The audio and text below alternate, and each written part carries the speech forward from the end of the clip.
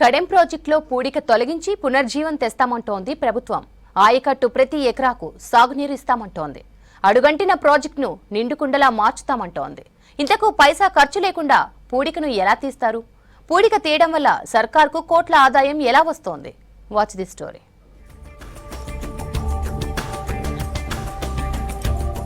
1959లో నిర్మల్ జిల్లాలో కడెం నదిపై ప్రాజెక్టు నిర్మించింది అప్పటి ప్రభుత్వం. ఈ డ్యాం పూర్తిస్థాయి నీటి నిల్వ సామర్థ్యం 7.8 టీఎంసీలు. ప్రాజెక్టు కింద మంచిర్యాల, నిర్మల్ జిల్లాలోని 7 మండలాల పరిధిలో 68,000 ఎకరాలకు సాగునీరు అందుతోంది. ప్రాజెక్టు నుంచి 7 దశాబ్దాలు దాటుతోంది. వర్షాకాలంలో ఎగువ ప్రాంతం నుంచి భారీగా వరద రావడంతో ప్రాజెక్టులో పెద్ద ఎత్తున పూడికి చేరింది. పూడిక వివరాలు తెలుసుకోవడానికి 2013లో హైడ్రోగ్రాఫిక్ సర్వే నిర్వహించారు అధికారులు. 7.8 టీఎంసీల నీటి నిల్వ సామర్థ్యంలో 3 టీఎంసీల వరకు పూడిక చేరిందని సర్వేలో తేలింది. ప్రాజెక్టులో పూడిక 300 లక్షల మెట్రిక్ టన్నులు ఉంటుందని నిర్ధారించారు ఇరిగేషన్ అధికారులు. ప్రాజెక్టులో భారీగా పూడికి చేరడంతో నీటి నిల్వ సామర్థ్యం సగానికి పైగా తగ్గింది. దీంతో పంటలకు నీరు అందించలేని పరిస్థితి ఏర్పడింది. ప్రాజెక్టులో పూడికి తీయాలని రైతులు గత బీఆర్ఎస్ సర్కారును కోరినా పట్టించుకోలేదన్న విమర్శలు ఉన్నాయి. కాంగ్రెస్ ప్రభుత్వం కడెం ప్రాజెక్టులో పూడికి తీయాలని నిర్ణయించింది. పైలట్ ప్రాజెక్టు కింద కడెం, మిడ్ మానేరు, లోయర్ మానేరు డ్యాముల నుంచి పూడికి తీయడానికి టెండర్లు పిలిచింది. ఈ పూడికి టెండర్లను దక్కించుకుంది రాజస్థాన్కు చెందిన ఈథర్ కంపెనీ.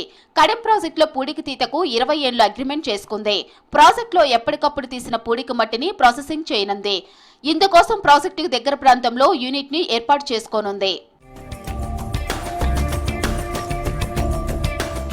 పూడిక మట్టిలోని ఇసుకను వేరు చేసి అమ్మడంతో ప్రభుత్వానికి కోట్ల రూపాయల ఆదాయం వస్తుందని అంచనా. ప్రభుత్వం ఇసుక టన్నుకు 407 రూపాయల ధర నిర్ణయించనుంది. టెండర్ తీసుకున్న వారు ప్రభుత్వానికి ఈ ధర చెల్లించి వాళ్లు మార్కెట్ రేటుకు ఇసుకను అమ్ముకుంటారు. ఇలా ప్రభుత్వానికి 20 ఏళ్లలో 1100 కోట్లకు పైగా ఆదాయం వస్తుందని అధికారులు అంచనా వేస్తున్నారు. ప్రాజెక్టులో పూడికతో నీటి నిల్వ సామర్థ్యం పెరుగుతుందంటున్నారు. ప్రాజెక్టు కింద సాగులో ఉన్న ప్రతి ఎకరాకు సాగునీరు అందుతుందంటున్నారు. ప్రాజెక్టు పరిసర ప్రాంతాల్లో భూగర్భ జలాలు పెరుగుతాయని చెప్తున్నారు. నిర్మల్, ఆదిలాబాద్ జిల్లాలో ఇసుక కొరత తీరుతుందంటున్నారు ఇరిగేషన్ అధికారులు.